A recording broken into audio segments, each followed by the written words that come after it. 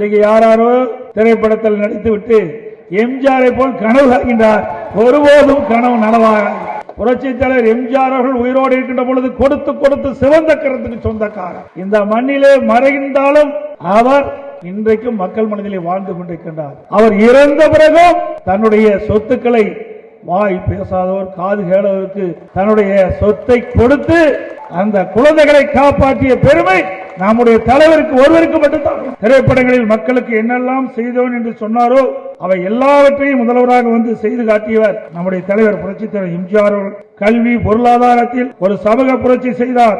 ஏழை எளியவர்கள் பொருளாதாரத்தில் பின்தங்கியவர்கள் உள்ளிட்ட அத்தனை தரப்பு மக்களையும் உயர்த்துவதற்கு 68% இடஒதுக்கீடை கொண்டு வந்தவர் நம்முடைய தலைவர் புரட்சி தலைவர் எம்ஜிஆர். புரட்சி தலைவர் எம்ஜிஆர் பெயரை சொல்வரெல்லாம் எம்ஜிஆர் ஆகிவிட முடியாது. எம்ஜிஆருக்கு நிகர் எம்ஜிஆர் அவர்கள் தான்.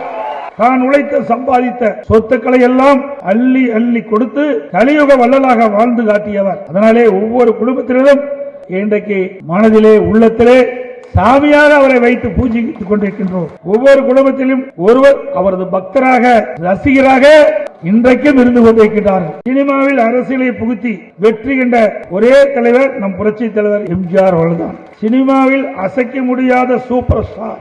அவர்கள் நிஜமாவே உச்சத்தில் இருந்தபோது சினிமாவை விட்டு அரசியலுக்கு வந்தவர். சினிமாவை பள்ளிக்கூடம் போன்று மாற்றியவர். தன்னுடைய ரசிகர்கள் தன் திரைப்படத்தை பார்த்து கெட்டுவிடக்கூடாது என்ற நல்ல எண்ணம் கொண்டவர். அதனால்தான் ஒரு திரைப்படத்தில் கூட அவர் குடிப்பது போன்ற மற்றும் புகைப்பது போன்ற வன்முறையை தூண்டுகின்ற ஒரு காட்சி இடம்பெறவில்லை. தலைவர்கள் அறிஞர்கள் சொன்ன கருத்தை எல்லாம் சினிமாவில் எளிமையாக சொன்னார். அதனாலே எம்ஜிஆரை வாத்தியார் என்று அன்போடு மக்கள் அழைத்தார்கள்.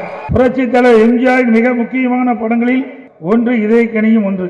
திண்டுக்கல் இடைத்தேர்தலில் அதிமுக வெற்றி பெற்ற சமயத்தில் வெளியான படம் இது.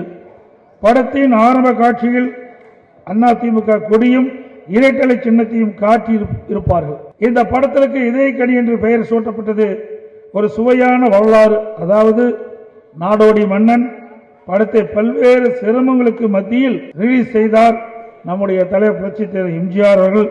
படம் ஜெயித்தால் மன்னன், தோற்றால் நாடோடி என்னும் அளவுக்கு தன்னுடைய அத்தனை பணத்தையும் படத்தில் போட்டிருந்தார் புரட்சி தலைவர்.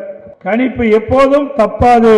அவர் கூறியது போல படம் சூப்பர் ஹிட் ஆனது.